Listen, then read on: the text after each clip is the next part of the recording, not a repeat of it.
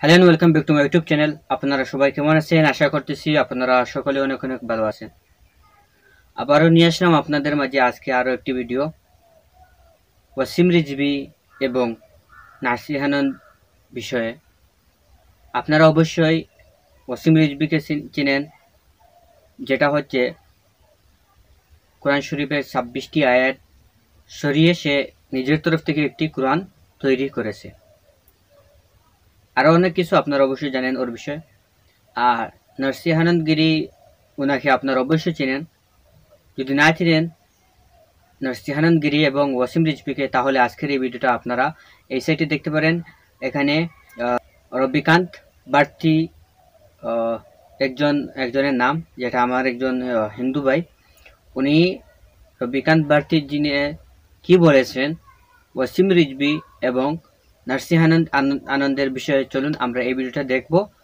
হিন্দিতে ভিডিওটা আপনারা বোঝার চেষ্টা করবেন। যদি না বুঝেন তাহলে আপনারা অবশ্যই কমেন্ট করবেন আমাকে, আমি ওখানে আপনাদেরকে বোঝানোর চেষ্টা করব আর একটি ভিডিওতে। চলুন আজকের এই ভিডিওটা দেখা যাক এই সাইটে। दोस्तों नमस्ते, मेरा नाम रविकांत भारती है। दोस्तों मैं आप लोगों को पहले एक बात बता दूं कि यति नरसिंहानंद सरस्वती का नाम अब यति नरसिंहानंद गिरी हो गया है। जी हाँ, मैं रविकांत भारती यति नरसिंहानंद सरस्वती जब जो है मुसलमान और इस्लाम और मोहम्मद पैगंबर मोहम्मद के ऊपर गलत बयान दिया था, तो मैं कहा था कि इसको तुरंत प्रभाव से मैं हिंदू धर्म से निकालता हूं। और मैंने तमाम हिंदू संगठनों का पत्राचार किया था कि इनको सन्यासी पद से निकाल देना चाहिए। जिस तरह से ये जो है नफरत फैलाने का कार्य कर रहे हैं, यह किसी सन्यासी का कार्य नहीं हो सकता। यह बात मैंने किया और उसका नतीजा क्या आया? यति नरसिंहानंद सरस्वती, अब आप सरस्वती टाइटल इनका गया, अब गिरी लगा रहे हैं। हो सकता है कुछ दिन बाद इनका गिरी टाइटल भी न रहे, ये लिखेंगे दीपक त्यागी, और एक दिन ऐसा आएगा कि त्यागी लोग भी इनको निकालेंगे, फिर ये अपने आप को दीपक त्यागी कहना छोड़ के घूम घूम के नफरती चिंटू कहेंगे। आपको बता दें कि यति नरसिंहानंद सरस्वती और वसीम रिजवी के बारे में नहीं सुना है तो सुन लीजिए। सिया वक्फ बोर्ड का प्रेसिडेंट रहा है, और ये वसीम रिजवी कह रहा था कि कुरान में 26 आयतें जो हैं, ये आयतें गलत ढंग से हैं, वो आतंकवाद को बढ़ावा देती है, तो खलीफाओं के द्वारा एडिट कर दिया गया है। तो वो बाद में 26 आयतों को हटाकर एक नया कुरान लिखा और कहा कि ये असली कुरान है। उससे हिंदू मुस्लिम दंगे नहीं भड़के। क्यों? क्योंकि मुसलमान अपना उग्र रूप नहीं दिखाया, और मुसलमान समझ गया है कि कहीं ना कहीं यति नरसिंहानंद और वसीम रिजवी जैसे कुत्ते ये भौंकेंगे कब? जब तक जो है रिएक्ट किया जाएगा तो भौंकेंगे, रिएक्शन छोड़ दीजिए तब देखिए ये शांत पड़ जाएंगे।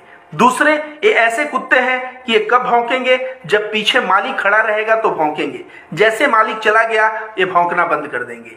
आज योगी मोदी की सरकार है, इनको जितना भौंकना है भौंकने दीजिए, कल को सरकार चली जाएगी, इनके ऊपर कार्रवाई होगा। कार्रवाई कानूनन ही होगा, संविधान के दायरे में ही होगा। लेकिन आप देखिएगा, मैं रविकांत भारती अनाउंस करता हूं कि अपने बिल के अंदर घुसे हुए मिलेंगे। ये लोग चर्चा कर रहे थे, दोनों के दोनों मिले और मिल के चर्चा क्या कर रहे थे? तो चर्चा कर रहे थे जो वसीम रिजवी कहा कि कुरान की 26 आयतों को हटा दिया, असली कुरान अब हो गया। वो वसीम रिजवी कह रहा है कि कुरान को मानने वाला कैसा होगा? उसमें लिखा हुआ है काफिरों को मारो, मतलब हिंदुओं को मार दो। एक संदर्भ नहीं बताएगा। भागवत गीता में भी कहा है, ये अर्जुन उठा और मार लोगों को, उठ और मार लोगों को। तो किस संदर्भ में? अगर संदर्भ हटा दिया जाए और कहा जाए कि भगवान श्री कृष्ण या कुरान कहता है इनको मारने को, तो यह सरासर गलत बात है, यह नाइंसाफी है, ये बेईमानी है, यह देश में नफरत फैलाने का, देश में हिंदू मुसलमान लड़वाने का, देश में दंगे फैलाने का एक षड्यंत्र बस है। तो वसीम रिजवी उसमें कहता है कि मोहम्मद पैगंबर के ऊपर कहता है कि उनकी बीवी जो खादिजा पहली बीवी थी वो बहुत पैसे वाली थी और उनका उम्र 2 गुना था, लेकिन मोहम्मद साहब इतने लालची थे कि पैसे के लालच में उनसे शादी कर लिया, भले वो उम्र में 2 गुनी औरत थी। इनका अगर उम्र 20 था तो उनका 40 था। तो मैं इस वसीम रिजवी से बता दूं कि पैगंबर मोहम्मद की जाके एक बार जिंदगी और पढ़ो और पाओगे कि उनके पास जितने पैसे दान में आते थे वो शाम तक सारे पैसे बट जाते थे, उनके हाथों में एक फूटी कौड़ी तक नहीं रह जाती थी। तो इस तरह की जो बातें कर रहे हो, मैं समझ रहा हूं इस बात करने का। देखिए भाजपा में जो है शहनवाज हुसैन और नकवी, ये 2 ही मुसलमान लोग हैं। तीसरा जो है वसीम रिजवी एक ऐसा प्यादा मिला है जो पार्टी का मेंबर नहीं है, और पार्टी का मेंबर नहीं है और इसका कार्य क्या है? इसका कार्य है किसी तरह मुसलमान के भावनाओं को आहत करके उनको उग्र कर देना, और वो उग्र हो जाए तो उसका फायदा बाद में जो है राजनीतिक फायदा लिया जा सके। यति नरसिंहानंद ये कह रहा है हमारे बातों को सामाजिक दृष्टि से देखा जाए, राजनीतिक नहीं। तुम पूर्ण रूप से राजनीतिक दलाली कर रहे हो। तुम दोनों, वसीम रिजवी और यति नरसिंहानंद, तुम ऐसी दलाली कर रहे हो। आज भारतीय जनता पार्टी सत्ता में लाने के लिए तुम लोगों को पता नहीं, और कहा जाए कि सर नीचे करके और पैर ऊपर करके 10 दिन रहो, तो तुम लोग शायद वो भी प्रयास करोगे कि 10 दिन ऐसे रह जाए, और कहते हो कि राजनीतिक बातें नहीं करता। तो आप लोगों को यही बता दूं कि यति नरसिंहानंद सरस्वती और वसीम रिजवी, इन दोनों का एक उद्देश्य है, और ये दोनों पहले अलग अलग नफरत परोसते थे, लेकिन अब दोनों देख रहा हूं दासना मंदिर में बैठे दिख रहे हैं और वहां से नफरत फैला रहे हैं। लेकिन यह हिंदुस्तान है, यह हिंदुस्तान समझता है, यहाँ के हिंदू मुस्लिम सब समझते हैं। आजकल महंगाई जो कहते हैं ना, धर्म का नाम तब आता है, एक हिंदू धर्म में कहावत है, भूखे भजन न होए गोपाला, लेला आपन कंठी माला। मतलब भोजपुरी में है कि अपना कंठी माला ले लो, भूखे भजन नहीं होगा। मतलब समझने जैसा है दोस्तों। ये जो आजकल महंगाई की मार, लोग जो भूख इंडेक्स में गिर रहे हैं ना, भूख इतनी बढ़ गई है कि अब इनको बोलो कि राम मंदिर फलाना ढेकाना, इनको अब सूझ नहीं रहा है, और वो अब राम मंदिर और फलाना ढेकाना छोड़ के अब सरकार का जो है ना गर्दन पकड़ने पे आ गए हैं कि पेट्रोल डीजल की दाम को कम करो। और उनको जो उपचुनाव में औकात दिखाया है, तो पेट्रोल और डीजल के दाम को कम करने में ये जो है पूर्ण रूप से घुटने टेकी सरकार, और घुटने टेकी है। अभी पेट्रोल डीजल के दाम कम हुआ है, आगे आगे देखिए, अभी पूरी की पूरी कहानी बाकी है, आगे देखिए क्या होता है। वैसे यति नरसिंहानंद महाराज जी बीच में कह रहे हैं, वसीम जी आपको डर नहीं लगता पैगंबर मोहम्मद के बारे में ऐसा बोलते हुए? वसीम जी आपको भी डर नहीं लगता?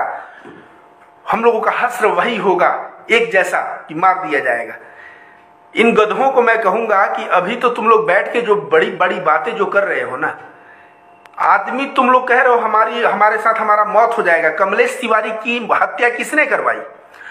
योगी आदित्यनाथ की सरकार में हुआ या अखिलेश यादव के सरकार में? अखिलेश यादव के सरकार में कमलेश तिवारी को इतने प्रोटेक्शन दिया गया था कि उसका कोई हिसाब नहीं।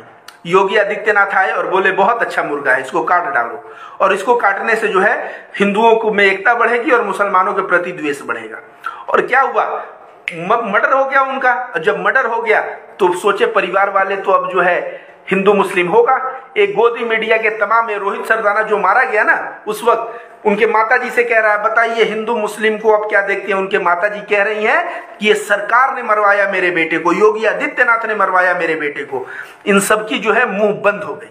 तो यति नरसिंहानंद सरस्वती तो हट गया, अब गिरी हो गए। वसीम रिजवी, कितना दिन तुम लोग ऐसा नफरत फैलाओगे? कितना दिन नफरत बांटोगे? देखो ना, जिसके लिए काम कर रहे हो कमलेश तिवारी का क्या हुआ? कहीं बलि का बकरा तुम्हें ना बना दे, और बलि का बकरा बना के वो लोग एक टेन्ने और बढ़ जाएंगे, क्योंकि उनकी आदत है कभी सेना तो कभी कुछ, तो कभी भी नप सकते हो। इसलिए मरने के बाद सबका एक हश्र होगा। इसलिए जी रहे हो तो आध्यात्मिक हिंदूवाद जो कहता है, हिंदुत्व जो कहता है, वो सर्वे भवन्तु सुखिनः, सभी से प्रेम कर लो और सभी को एक जैसा मानो। मरने के बाद ऐसा ना हो कि मुंह दिखाने लायक न रहो। एक नफरती चिंटू से मैं मिला था, मरते वक्त क्या कह रहा है पता है? मुझे माफ कर दो। और वो नफरत फैलाने का कार्य करता था। उसको कैंसर हो गया तो बोल रहा है मुझे माफ कर दो। तो ऐसे बहुत सारे नफरती चिंटू को मैं तुम्हें दिखा दूंगा, और तुम लोगों का भी दुकान ज्यादा दिन चलने वाला नहीं है। जब तक जो है ये बातें कर रहे हो कर लो। और तुम सभी जानते हो कि योगी आदित्यनाथ इस बार गए तो सेंटर में बीजेपी गया, और उसके बाद जो है स्थिति बुरी हो जाएगी। स्थिति बुरी इसलिए हो जाएगी कि अभी योगी आदित्यनाथ, मोदी जी तुम लोगों को ऊपर जो संविधान के दायरे में जो कार्रवाई होता है, वो कार्रवाई पे बहुत थोड़ा सा उमर खालिद, मुसलमान नाम होने से ही 1-2 साल जेल में रह लो। लेकिन तुम लोग जैसे नफरती चिंटू, पुष्पेंद्र कुल जैसा नफरती चिंटू, कितने भी नफरत फैलाओ, लेकिन तुम लोगों के ऊपर कोई एक्शन लिया नहीं जा रहा है। जब सरकार बदलेगी तो एक्शन लिया जाएगा। और कौन लेगा एक्शन? संवैधानिक दायरे में लेगा, दूसरी सरकार लेगी। लेकिन जब संवैधानिक दायरे में जब लेगा तो तुम लोग अच्छे से अंदर जाओगे और वहां पे जाके चक्की पीसोगे। इसलिए बुद्धि अभी भी बुद्धि बची हो तो बुद्धि को खोल लो, और नहीं तो कहते हैं ना, ऊपर वाले के घर में देर है पर अंधेर नहीं। गलत करोगे तो उसका नतीजा गलत आएगा। धन्यवाद दोस्तों। आशा करब ভিডিওটা আপনারা দেখেছেন। এখানে আমার এই ভাই রবিকান্ত ভারতীজি যতগুলা কথা বলেছেন আমি ওনার সাথে একমত, এবং আপনাদের মতামতটা কি অবশ্যই কমেন্ট বক্সে জানাবেন। এই ভিডিওটা আপনার বন্ধু বান্ধবদেরকে শেয়ার করে ওনাদেরকে দেখার সুযোগ করে দিবেন, এবং আমাদের এই ভিডিওটা যদি ফেসবুক পেজের মাধ্যমে দেখে থাকেন তাহলে আমাদের পেজটি লাইক করবেন, ফলো করবেন। ইউটিউব চ্যানেলের মাধ্যমে দেখে থাকলে আমাদের চ্যানেলটা সাবস্ক্রাইব করবেন, পাশে থাকা বেল আইকনে ক্লিক করবেন। আপনি আপনার পরিবার পরিজন আত্মীয় স্বজন পাড়া প্রতিবেশী নিয়ে ভালো থাকুন, সুস্থ থাকুন, এই দোয়া কামনা করে আজকের ভিডিওটি এখানে শেষ করলাম। ধন্যবাদ।